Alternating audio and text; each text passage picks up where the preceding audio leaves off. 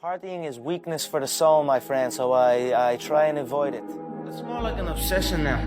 Everything I do is something to do with this, you know? Everything it's always in my head. I'm always thinking about it. I'm definitely obsessed with it. What makes you such a good fighter? I don't know, I'm just curious about it. It's never, it's in my head 24/7. There's nothing else I can think. I don't think about nothing else. And that's it, I'm just curiously fascinated with it, and I can't stop thinking about it. Everything I do in my life is related to this. I don't do nothing else if it's not got to do with fighting. You know what I mean? And that is why, you know what I mean? To be true, Is that all you've got to do is show up. Is that not unhealthy? I don't know. Do I look unhealthy? Take a look at this physique. I'm in phenomenal shape, in body and mind. To me, what's unhealthy is living an unhealthy life. To me, what's unhealthy is getting up and going through the same day, every day of your life, 9 to 5, in an office or in a... You know, that's unhealthy. That beats your mind. I feel to be at the pinnacle of any game, in whatever you do, you've got to be a little bit gone to it. You're not all there. You've got to be almost insane to your craft. Not a lot of people can understand that. That's why I don't know about nothing else. I do not pay attention to nothing else. There was games of football on yesterday, there was rugby, there was this, there was that. And like normal society is like, let's talk about this, and let's engage in this. And I can't do it, people are talking to me, and in my head I'm counting something. I'm counting up a number, or I'm knee deep in a sequence on the mat or on the feet. That's my life, sequences and numbers, nothing else. I cannot pay attention to nothing else.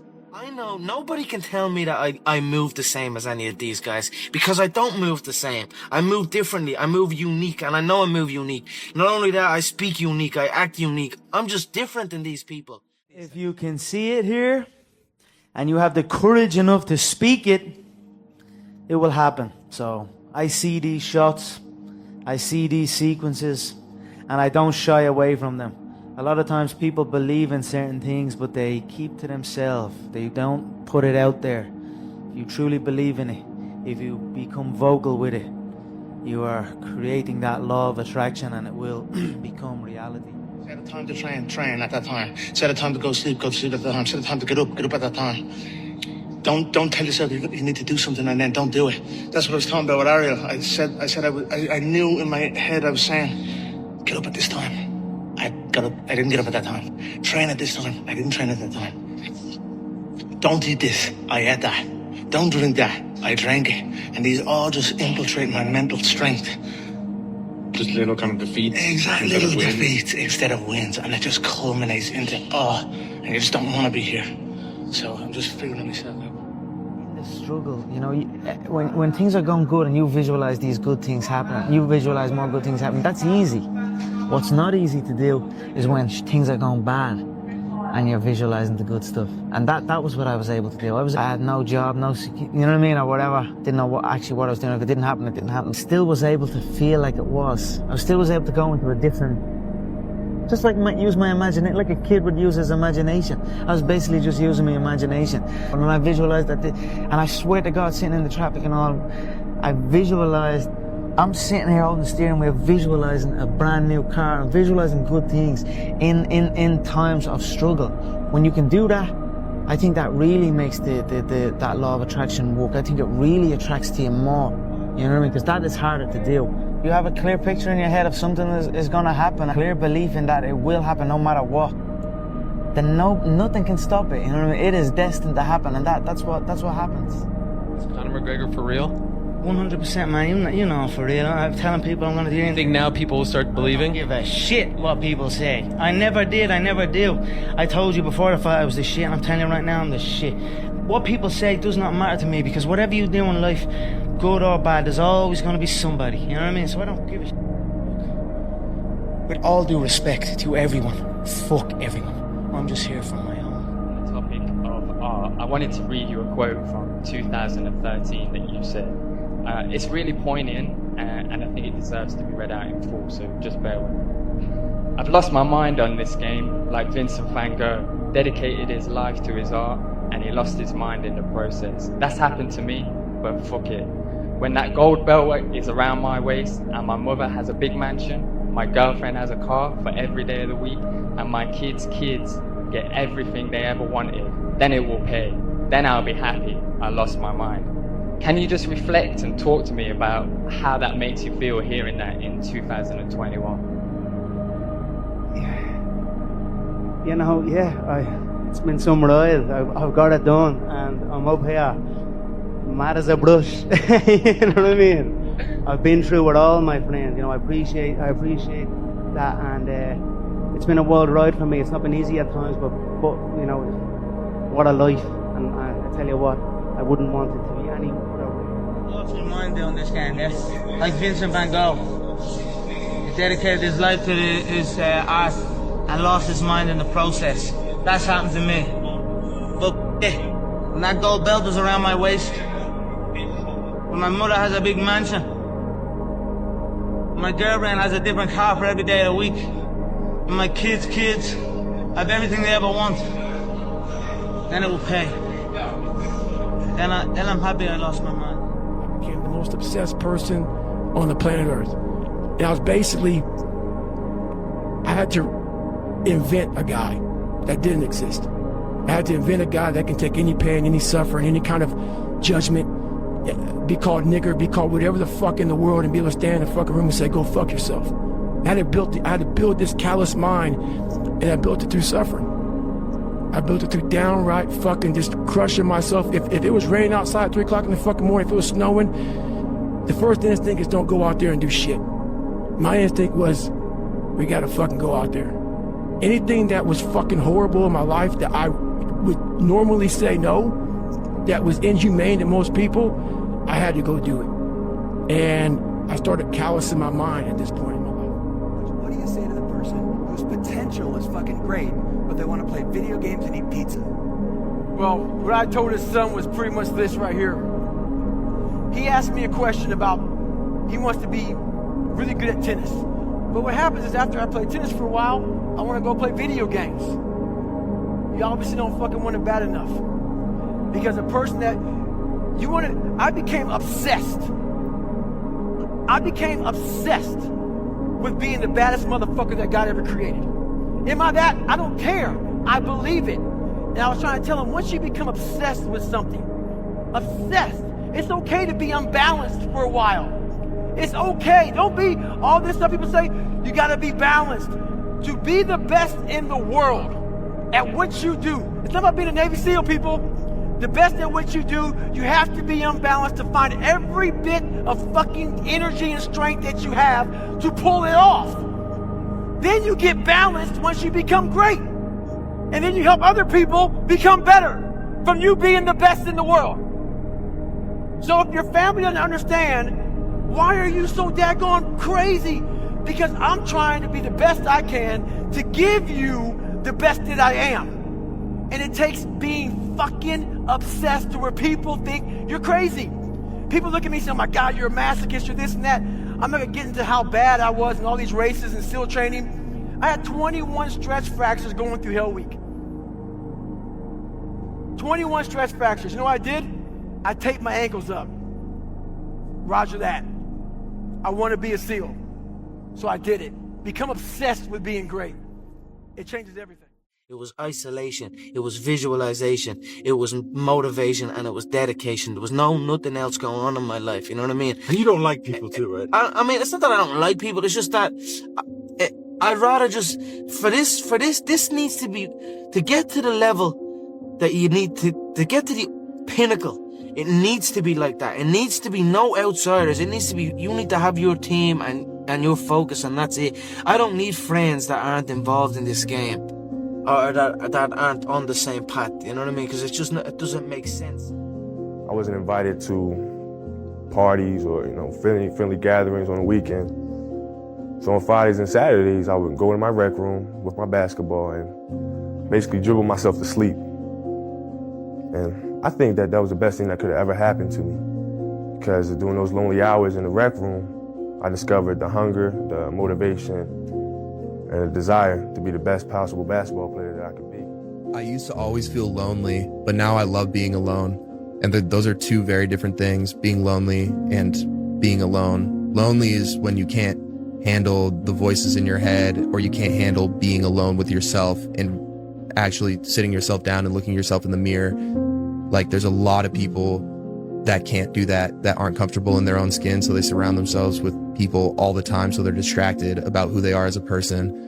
And that was me, and I distracted myself not with other people but with substances. And then once I started to figure myself out and kind of grow into my own skin, now I love being alone, but there's still that thing in my head that's just always like, you're not doing good enough. Everyone does a few reps where the burn starts and they stop. No one goes the extra mile and keeps going. Like, no one's in here right now. Why? Because it's Saturday evening, everyone's going to party, no one's in here, just me. You know, no one goes the extra mile. The thing about traffic jams, guys, there are no traffic jams in the last mile of the race. It's just you and your shadow. In the beginning, everybody's there. All the pretenders and the contenders, they're all there. But the last yard of life, the last mile of the journey, ain't nobody but you and your shadow. Traffic jams don't exist that far, because everyone else has already given up. That's what I like too, the mental concept. I'm going that far. I love the physical high of the burn being released. I love the mental high that has improved myself.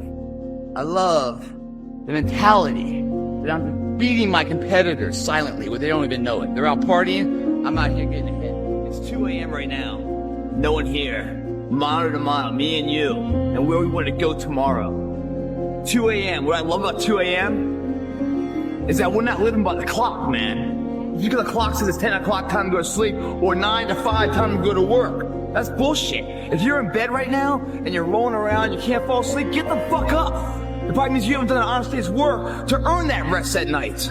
2 a.m., not a fucking person's here. I can scream my fucking ass off. No one hears me. I can cry. I can shit myself. I can put an honest day's work in here that more than anyone does in a week. And no one sees it.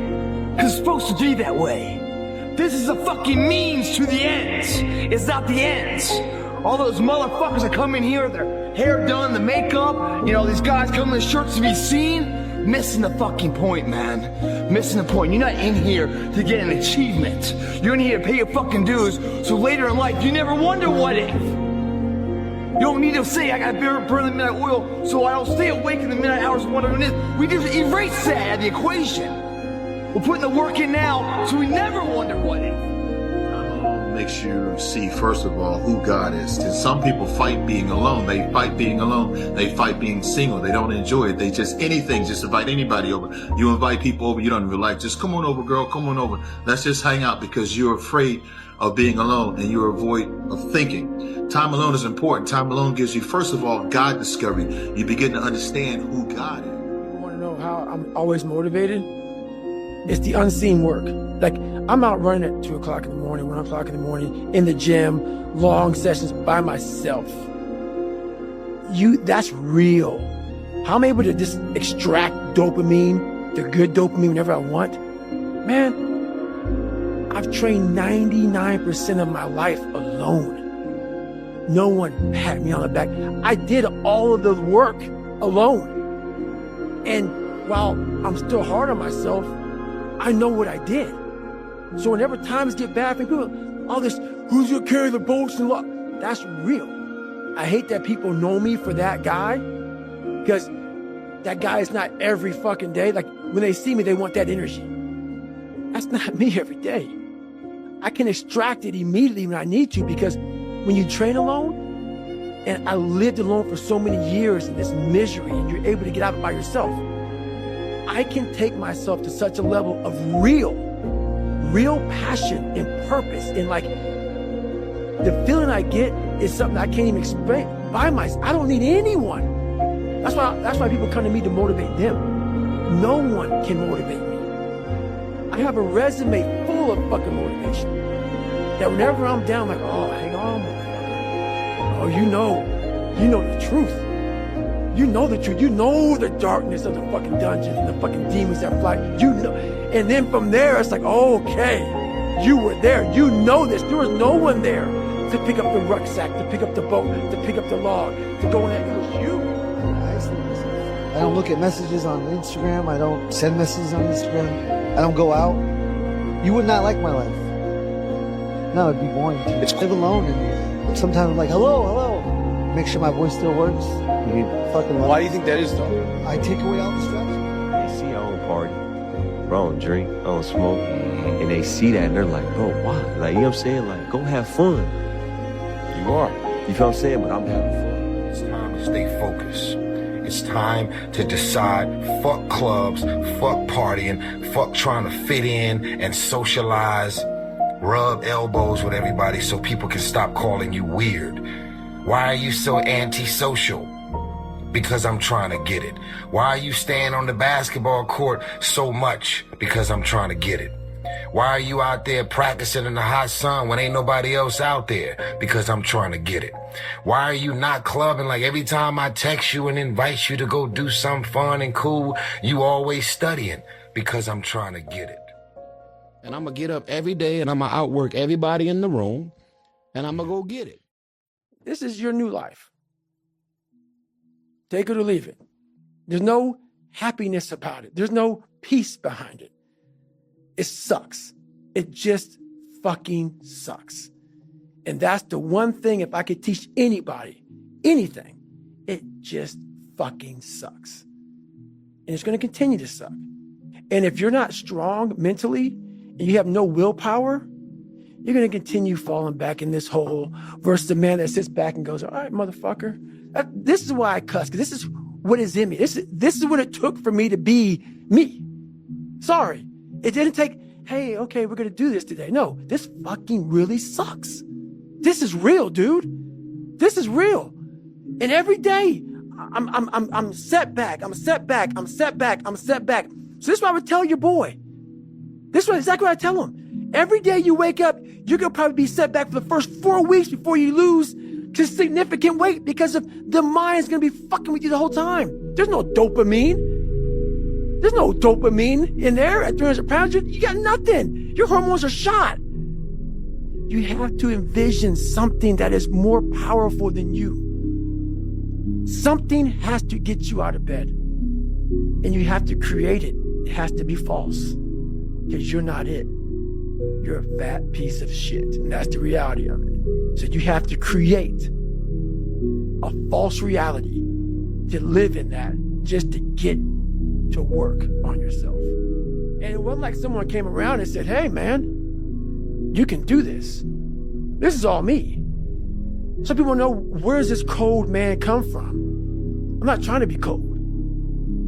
It's the reality of my life. There's no hacks, bro. It's you against you. You against you. And if you misunderstand that, you have a real problem. You're lazy. You know exactly what to do. It just sucks doing it. But don't be mad. When you're laying there in your fucking bed and you're in the fucking hospital and you're 70, 80, 90 years old and you're thinking, man, I feel like I didn't fucking do something. Because you did. You didn't do it. You didn't do shit. You may have lived a great life, man, but you're always gonna feel empty inside. I had two options. To either be that 300-pound guy who sprayed for cockroaches and made $1,000 a month, and at 24 years old, knowing when I'm 50 fucking years old, I can reflect on this and think about what guy I never became, or I can totally just sack it up and fail and fail and fail until I succeed. You have to suffer.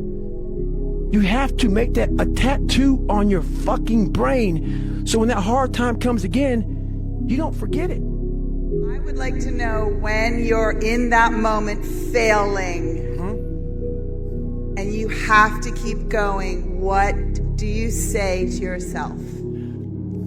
What if?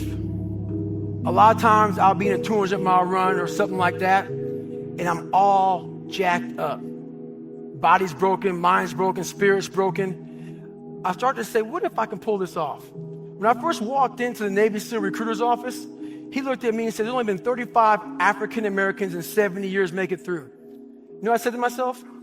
What if I can be the 36th? It's the what if I can pull off a fucking miracle. What if I can become someone that no one thinks I can be. And just me talking about that, I have the hair going up on my arms because it makes me just like, what if?